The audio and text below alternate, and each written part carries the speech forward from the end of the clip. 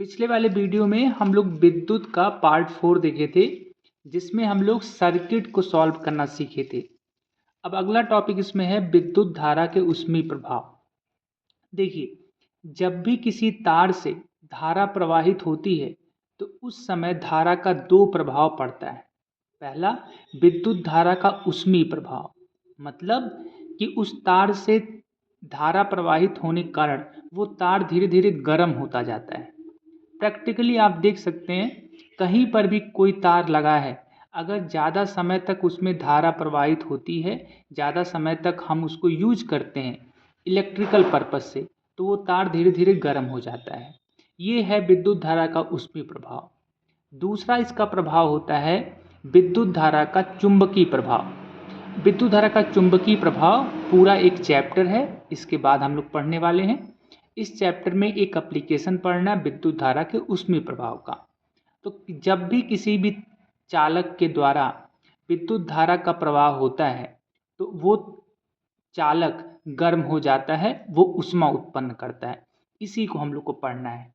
तो इसमें सबसे पहले कैलकुलेशन है कि कितनी ऊर्जा निकलेगी यदि किसी भी तार से विद्युत धारा प्रवाहित होगा, तो कुल कितनी ऊर्जा व्यय होगी या कुल कितनी ऊर्जा जो है निकलेगी। तो उसकी गणना हम लोग करते हैं।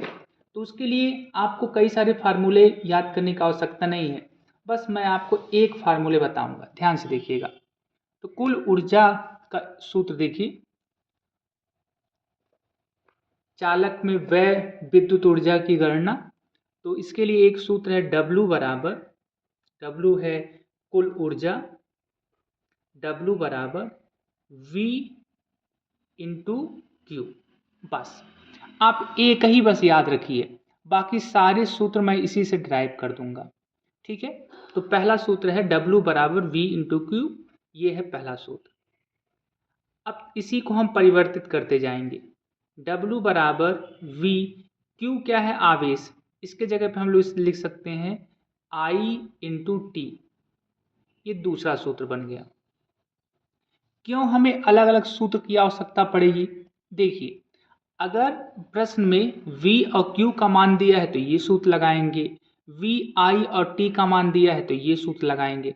अब इसको और भी परिवर्तित किया जा सकता है। W बराबर V बराबर हम लिख सकते हैं I into R into I into T.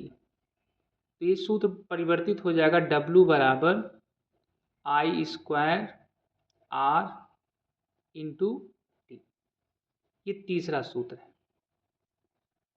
अभी इसका और भी परिवर्तन किया जा सकता है। W बराबर, यहाँ पे I को परिवर्तित करेंगे। ये सूत्र कब लगेगा? जब धारा का मान दिया है, रेजिस्टेंस का मान दिया है और समय का मान दिया है। V, I के जगह पे हम लोग लिख सकते हैं V बटा आर और इंटू टी। W बराबर हो जाएगा V स्क्वायर बटे आर इंटू टी। ये सूत्र नंबर 4 हो गया। तो इस प्रकार से कुल 4 सूत्र हमको मिलते हैं। इन 4 सूत्र की सहायता से हम लोग कुल विद्युत ऊर्जा की गणना हम लोग करते हैं। बात क्लियर है? तो यहाँ से आपका न्यूमेरिकल भी पूछा जाता है। यहाँ पे V क्या है? विभवांतर। Q क्या है? आवेश। I क्या है? धारा। T क्या है? कितने समय तक धारा प्रवाहित हुई है। ठीक है, R क्या है? प्रतिरोध। इस सारी वैल्यू का यूज करके आप लोग कैलकुलेशन कर सकते हैं। ठीक है, अब देखिए, ये जो ऊर्जा आई है ना, ये जूल में आई है। ठीक है, ये जो ऊर्जा आई है ये जूल में आई है। अगर हम लोग W बराबर I square R into T और बटे 4.2 कर दें, मतलब 4.2 से अगर हम लोग भाग दे देंगे तो ये जो ऊर्जा है ये कैलोरी में परिवर्तित हो जाती है। 4.2 से भाग करने पर ये कैलोरी में परिवर्तित हो जाती है। तो अगर कैलोरी में पूछा है, अगर आंसर कैलोरी में पूछा गया है तो यहाँ से आप निकाल सकते हैं। अब ये जो सूत्र आपका आया है W बराबर I square R into T बटे 4.2, यहाँ से जूल के ऊष्मीय प्रभाव के नियम निकाले जाते हैं। तो जूल का ऊष्मीय प्रभाव का नियम क्या है उसको ध्यान से देखिए। देखिए, एक चीज मैं आपको बताया था, कहीं पर भी प्रोपोर्शनल का चिन्ह है उसको हटा के हम लोग कांस्टेंट लगाते हैं। उसका उल्टा क्या होगा, एक एग्जाम्पल आपको देता हूँ। अगर लिखा है v directly proportional to i, तो यहाँ पे प्रोपोर्शनल का चिन्ह हटाना है तो आपको एक कांस्टेंट लगाना पड़ेगा, तो हो जाएगा i इंटू आर। ये r क्या है, ये कांस्टेंट है। कांस्टेंट का मान बदलता नहीं है।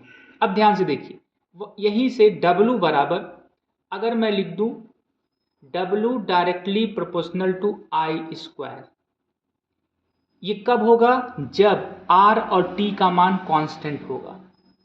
यदि हम एज्यूम करें कि रेजिस्टेंस और समय का मान कांस्टेंट है, तो यहाँ से जूल के ऊष्मीय प्रभाव का पहला नियम आता है कि जो ऊर्जा होती है, जो विद्युत ऊर्जा जो ऊष्मा में परिवर्तित होती है, वो धारा के वर्ग के अनुक्रमानुपाती होती है।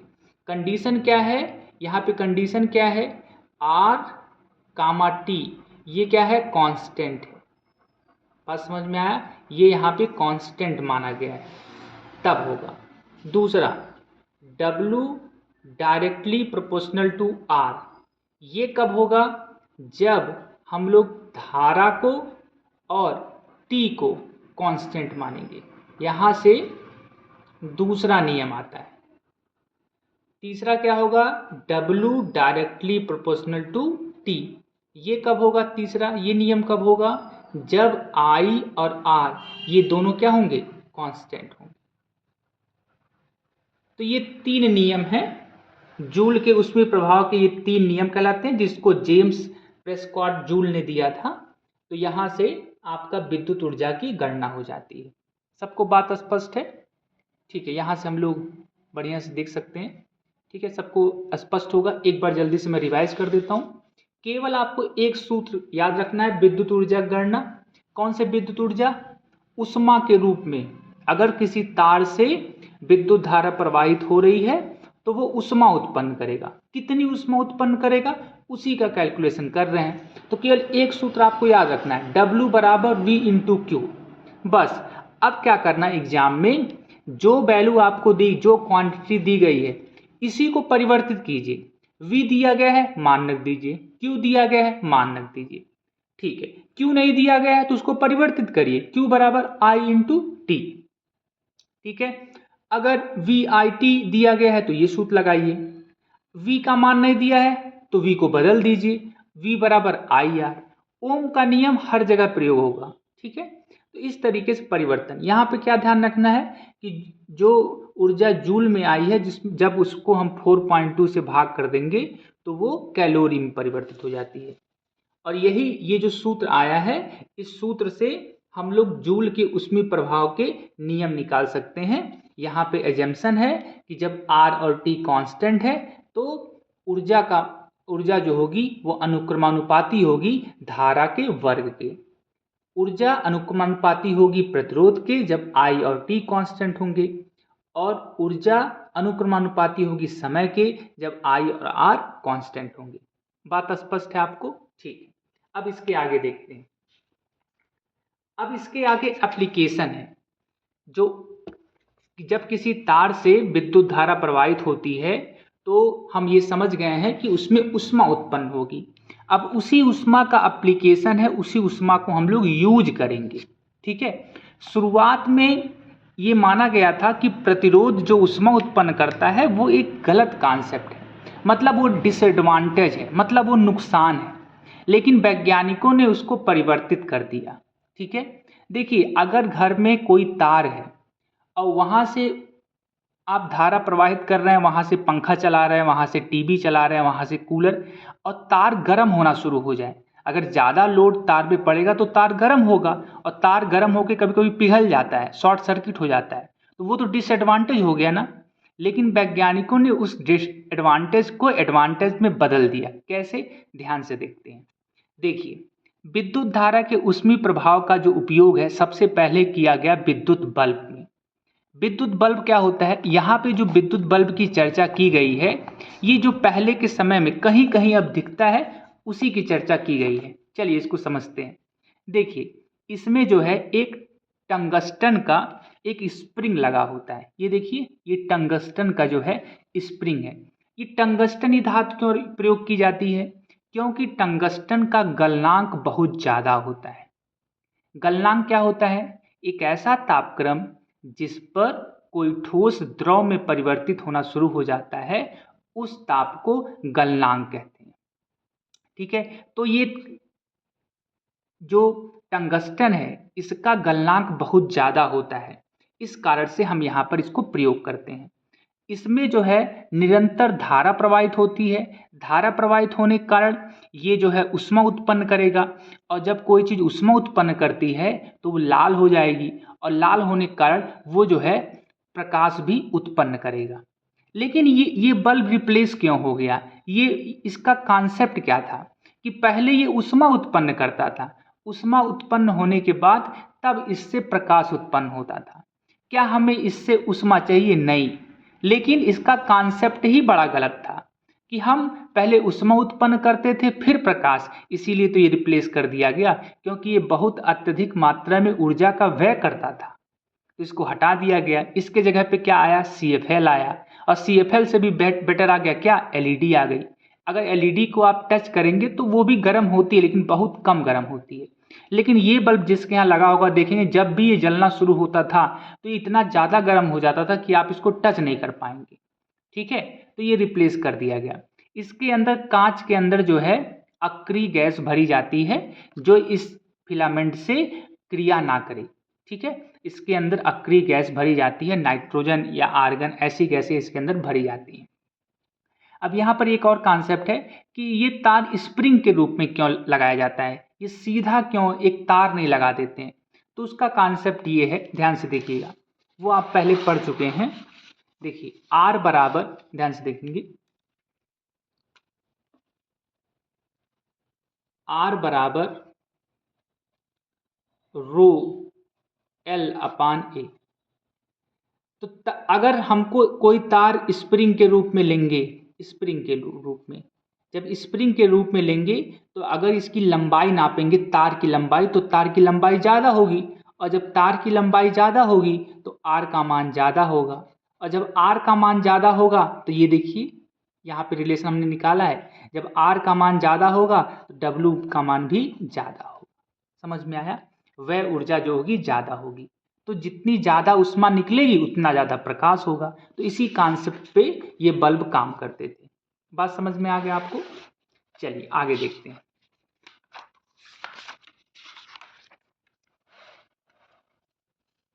अगला है विद्युत ऊष्मक, जिसको हम लोग हीटर कहते हैं। ये ऊष्मीय ऊर्जा का दूसरा प्रयोग है। इसमें क्या करते हैं? इसमें भी जो स्प्रिंग प्रयोग करते हैं वो स्प्रिंग नाइक्रोम की होती है। नाइक्रोम कई सारी धातुओं का मिश्रण होता है, इसको मिश्र धातु कहते हैं। इसमें निकेल, क्रोमियम, मैग्नीज और लोहा होता है, मतलब आयरन होता है। ठीक है, यहाँ पर भी ये स्प्रिंग सीधे एक तार के रूप में नहीं लगाई जाती है, ये जो है स्प्रिंग के रूप में लगाई जाती है। फिर वही कॉन्सेप्ट है कि यल ज़्यादा, अगर आप स्प्रिंग को फैला देंगे खूब तो उसकी लंबाई बहुत ज़्यादा हो जाएगी। यल ज़्यादा होगा तो आर ज़्यादा होगा, आर ज़्यादा होगा तो डब्लू का मान ज़्यादा होगा। यहाँ पर नाइक्रोम का भी जो गलनांक होता है बहुत ज़्यादा होता है, और धारा प्रवाहित करते हैं इसमें, अब वो स्प्रिंग गर्म होता है, गर्म होके जो है ऊष्मा उत्पन्न करता है। लेकिन साथ साथ में ये प्रकाश भी देता है, लेकिन हमको प्रकाश की आवश्यकता है नहीं, इसमें क्या है, ऊष्मा की आवश्यकता है, इसलिए ये अभी भी देखिए यहाँ पर एग्जिस्ट करता है, लोग इसका प्रयोग करते हैं।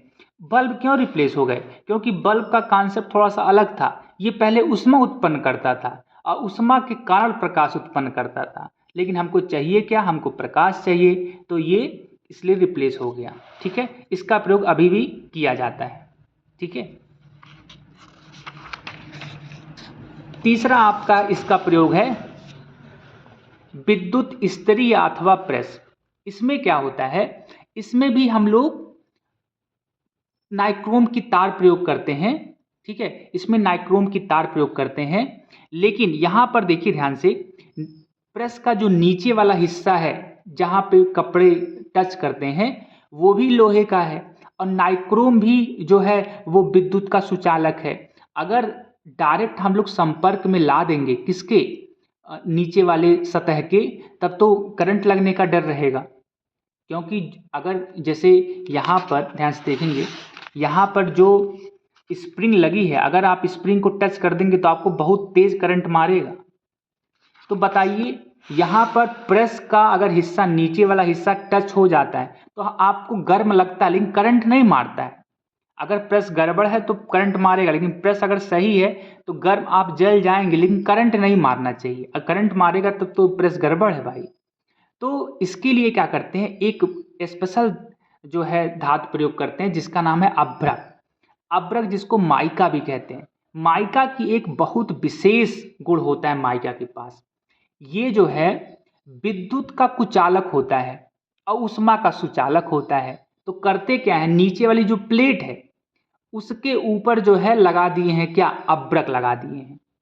और अभ्रक के ऊपर क्या है, अभ्रक के ऊपर नाइक्रोम है।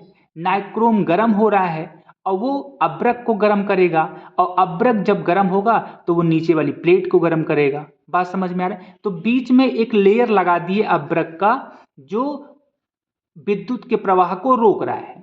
अभ्रक का गुण है कि वो विद्युत को प्रवाहित करेगा, विद्युत को रोकेगा और ऊष्मा को प्रवाहित करेगा। तो विद्युत हमें क्या चाहिए, नीचे वाली प्लेट पर करंट ना उतरने पाए, ऊपर वाली प्लेट पर करंट ना उतरने पाए। ठीक है, ऊष्मा तो उत्पन्न हो लेकिन ऊपर वाली प्लेट पर, नीचे वाले प्लेट पर, सतह पर कहीं पर विद्युत का प्रवाह ना हो, इसके लिए हम लोग लगा देते हैं क्या, अभ्रक। बात क्लियर है। अब देखिए अगला इसमें टॉपिक है विद्युत धारा के ऊष्मीय प्रभाव जो थे उसमें 3 प्रयोग दिए गए थे, तीनों की चर्चा हमने कर ली है। अगला टॉपिक है आपका फ्यूज। फ्यूज देखिए, ये बड़ा सिंपल सा कॉन्सेप्ट है लेकिन ये बहुत ही काम की चीज है। ध्यान से देखिएगा, ये है बड़ा आसान कॉन्सेप्ट लेकिन ये बड़ा काम का कॉन्सेप्ट है। ध्यान से देखिए इसमें क्या होता है, जैसे देखिए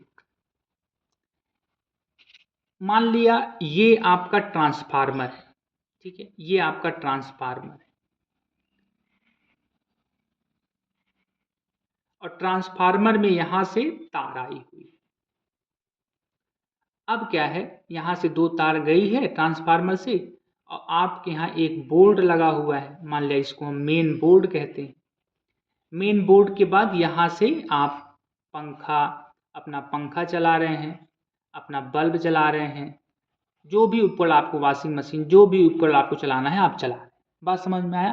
ट्रांसफार्मर है, ट्रांसफार्मर से मान लिया कहीं पोल भी लग सकता है, पोल भी, बीच में पोल है, ठीक है। तो उसके बाद आपका ये मेन बोर्ड है और यहाँ से आप जो है अलग अलग उपकरण चलाते हैं, ठीक है। तो अब देखिए कभी भी ट्रांसफार्मर पे अगर ज़्यादा धारा आती है, ठीक है, ज़्यादा धारा आने का मेन कारण होता है शॉर्ट सर्किट। कभी भी ये दोनों तार अगर टच होंगे तो अत्यधिक मात्रा में ऊर्जा का प्रवाह होता है, अत्यधिक मात्रा में धारा का प्रवाह होता है, ठीक है। तो आप देखते होंगे कभी कभी घरों में जो है ज़्यादा तेज लाइट आ जाती है, ठीक है, आंधी तूफान में आ जाता है या कहीं पर कोई दिक्कत परेशानी, कहीं पेड़ गिर गया, तो इस कारण से अत्यधिक मात्रा में धारा का प्रवाह होता है, ठीक है। अब क्या होगा, जब ज़्यादा मात्रा में धारा आएगी तो वो बोर्ड में जाएगी और बोर्ड से कहाँ पे जाएगी, यहाँ बल्ब में जाएगी, पंखे में जाएगी और वॉशिंग मशीन, और इसको जलाने का काम करेगी, इसको खराब करने का काम करेगी, ठीक है। तो ये होता था पहले। अब क्या किया वैज्ञानिकों ने, एक बहुत सिंपल सा कॉन्सेप्ट लगाया। अब ध्यान से देखिए, वैज्ञानिकों ने एक बहुत सिंपल सा कॉन्सेप्ट लगाया कि उन्होंने क्या किया, ये ट्रांसफार्मर से जब आपकी ऊर्जा आ रही है, यहाँ पे उन्होंने कनेक्शन को काटा, ध्यान से देखिएगा, यहाँ पे उन्होंने कनेक्शन को काटा, ये आपका बोर्ड है, यहाँ पे क्या किया, कनेक्शन को काट के यहाँ पे अलग से उन्होंने एक पतला सा तार लगा दिया, एक पतला सा तार लगा दिया। अब ये क्या करेगा, ध्यान से देखिएगा, ये पतला सा तार क्या करेगा, ये जो पतला तार है ये भी मिश्र धातु का बना रहता है, ये मिश्र धातु का बना रहता है। अब जैसे ही ज़्यादा मात्रा में यहाँ पर धारा आई, तुरंत ये तार की जो कैपेसिटी है ये इतनी कम होती है कि ये ज़्यादा मात्रा में धारा को प्रवाहित ही नहीं कर पाएगा, ये गल जाएगा। तुरंत क्या होगा, ये गल जाएगा। और जैसे ही गलेगा ये संपर्क टूट गया, जैसे ही तार बीच में कहीं पर भी संपर्क टूटा, आगे धारा प्रवाहित नहीं होगी। तो आप देखते होंगे घरों में इस तरीके का आपको एक पत्थर का जो है एक स्टैंड आपको मिलेगा। इसके बीच में एक पतली सी तार लगाते हैं, वो तार बहुत मोटी नहीं लगाते हैं। अगर तार बहुत मोटी लगा दिए तो ये अपना काम करना बंद कर देगा। तो जब ज़्यादा उष्मा आएगी, ज़्यादा धारा आएगी, तो ये फ्यूज जलेगा नहीं, फ्यूज टूटेगा नहीं। और जब फ्यूज टूटेगा नहीं तो आपके किसी न किसी उपकरण को खराब करेगा। बात समझ में आ रहा है? तो देखिए इस सर्किट से हम लोग समझ सकते हैं। ये देखिए सर्किट को बीच में से कहीं पे काट के यहीं पर फ्यूज लगाया गया है। ठीक है, फ्यूज को हमेशा दो तार होती है, एक होती है आपकी लाइन, दूसरा होता है आपका न्यूट्रल। तो हमेशा लाइन में लगाते हैं, न्यूट्रल में नहीं लगाते हैं, हमेशा लाइन में लगाया जाता है। और इसको जो है बहुत मोटा तार नहीं लगाते हैं। ये मिश्र धातु की होती है, तांबे, टिन और शीशे की। यहाँ पे बहुत बार लोग कोई टेम्परेरी तार, कोई घर में जो तार यूज होती है वो भी लगा देते हैं, जो बहुत अच्छा नहीं है। इसके लिए फ्यूज तार लाना चाहिए ताकि वो अपना काम तो करे। अगर मान लिया किसी किसी घर में फ्यूज बार बार जल जाता है, इसका मतलब वो तार जलने का मतलब ये फ्यूज 1 या 2 रुपए का आता है, लेकिन वो आपके हजारों रुपए का सामान बचा दिया है। अगर आप जबरदस्ती करके ऐसा मोटा तार लगा दें कि फ्यूज जले ही ना, तो फ्यूज तो बच जाएगा लेकिन आपका कोई ना कोई उपकरण जल जाएगा फिर। बात समझ रहे हैं? तो आप ये बड़ा सस्ता और बड़ा बढ़िया उपकरण है। ये फ्यूज जो है अपने घरों में आपको जरूर लगाना चाहिए। ठीक है, आप समझ गए होंगे। अब अगला टॉपिक है आपका विद्युत शक्ति या विद्युत सामर्थ्य। इसी कॉन्सेप्ट पे जो है देखिए घरों में जो मीटर लगा होता है वो विद्युत शक्ति या विद्युत सामर्थ्य के कॉन्सेप्ट पे काम करता है। ठीक है, देखिए ध्यान से देखिए, आपके घर पे वोल्टेज आता है और करंट आती है। ठीक है, मान लिया आप घर से कुछ दिन के लिए कहीं पर चले गए हैं, अगर आपके यहाँ कनेक्शन तभी वोल्टेज तो आपके यहाँ आएगा ना, 220 वोल्ट जो वोल्टेज है ये तो आता ही रहेगा। और अगर बिजली विभाग वाले बिल इसके हिसाब से लें तो आपके घर में तो लाइट हमेशा आती रहेगी, आप रहें या ना आए। तो बिल हम किस हिसाब से देंगे? तो बिल हम लोग देते हैं V multiply by I, V और I दोनों के हिसाब से, कितना हमारे घर में वोल्टेज है और कितनी धारा आ रही है, जिसको हम लोग कहते हैं विद्युत शक्ति या विद्युत सामर्थ्य। ध्यान से देखिए, देखिए तो विद्युत सामर्थ्य जो होती है जिसको हम लोग P से इंडिकेट करते हैं, ये P होती है V इंटू आई। ठीक है, विद्युत सामर्थ्य का ये पहला सूत्र है। सीधे विद्युत सामर्थ्य गणना करने के लिए पूछा जाता है। अगर V और I दिया है तो हम सूत्र लगाएंगे। अब इस सूत्र का परिवर्तन भी कर सकते हैं, V को परिवर्तित कर दीजिए, V बराबर होता है आई आर और मल्टीप्लाई बाई कितना I, तो ये सूत्र बदल जाएगा, P बराबर आई स्क्वायर इंटू आर। ये दूसरा सूत्र हो गया। लेकिन अगर I नहीं दिया है तो सूत्र को बदलिए, V I बराबर V बटे आर, इस I को परिवर्तित कर दे V बटा आर, तो P बराबर हो गया V स्क्वायर और बटे आर। ये तीसरा सूत्र हो गया। ठीक है, तो ये जो है विद्युत सामर्थ्य के 3 सूत्र हैं।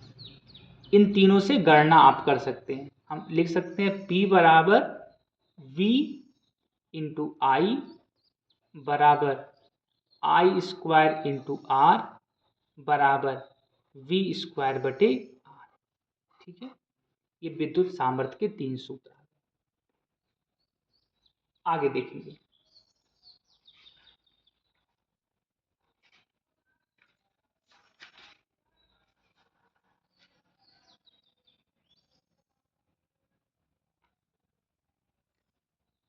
हमारे घरों की जो रीडिंग होती है वो बस एक चीज जान लीजिए, उसको हम लोग गणना करते हैं किलोवाट आवर में। 1 किलोवाट आवर हम लोग सुनते हैं 100 यूनिट बिजली आया है, तो 1 किलोवाट आवर बराबर होता है 1 यूनिट होता है। ठीक है, ये किलोवाट क्या है? किलोवाट ये जो सामर्थ्य होती है, सामर्थ्य की यूनिट होती है वाट। अगर इसको हम लोग 1000 से भाग कर देंगे तो ये किलोवाट में आ जाएगा, और अगर हम समय से मल्टीप्लाई कर देंगे तो ये बदल जाएगा, मतलब घंटे से मल्टीप्लाई कर देंगे समय से तो ये बदल जाएगा किलोवाट आवर में। यही होता है 1 यूनिट। ठीक है, तो यहीं से हमारे घरों में 100 यूनिट, 150 यूनिट, 300 यूनिट इस तरीके से कैलकुलेशन होती है। बात समझ गए?